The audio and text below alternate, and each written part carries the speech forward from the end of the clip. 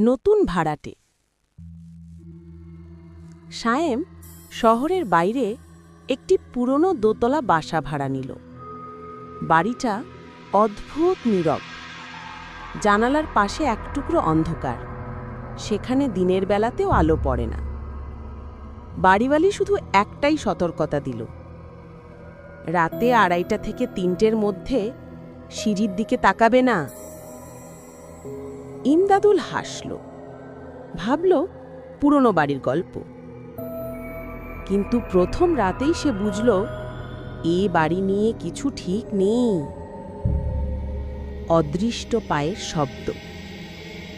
রাত ঠিক 2:31। সায়েম শুয়ে আছে।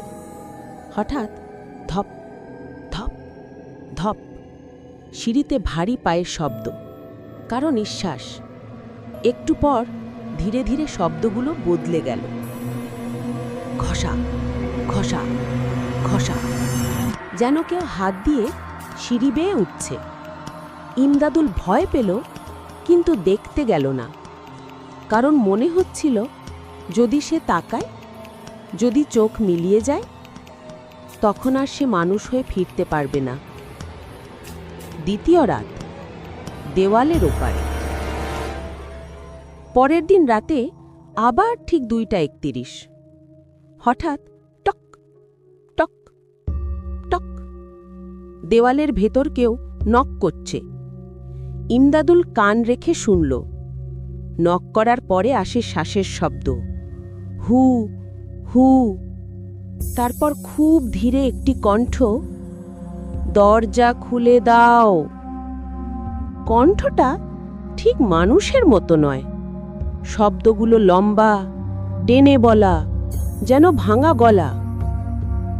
সায়েম আতঙ্কে দরজার দিকে তাকালে দেখল দরজার নিচ দিয়ে একটি লম্বা আঙুল ভেতরে ঢোকার চেষ্টা করছে। নজরদার। তৃতীয় রাত, ইমদাদুল ঘুমোতে পারে না। সব আলো নিভে আছে। হঠাৎ ঘরের কোণে থাকা আলমারির দরজা ক্রিঁ করে খুলে গেল। সেখান থেকে 2টি সাদা চোখ অন্ধকারে জ্বলজ্বল করছে। শুরুতেই মনে হলো সে ভুল দেখেছে, কিন্তু চোখগুলো নড়ল, ডান দিকে, বামে, ঠিক তার দিকে তাকালো। তারপর এক ধীরে ভাঙা গলা জ্বালা কণ্ঠ, তুমি দেখছো? ইমদাদুল চিৎকার করতে গেল। ঠিক তখন সেটা আলমারি থেকে হাত বের করল।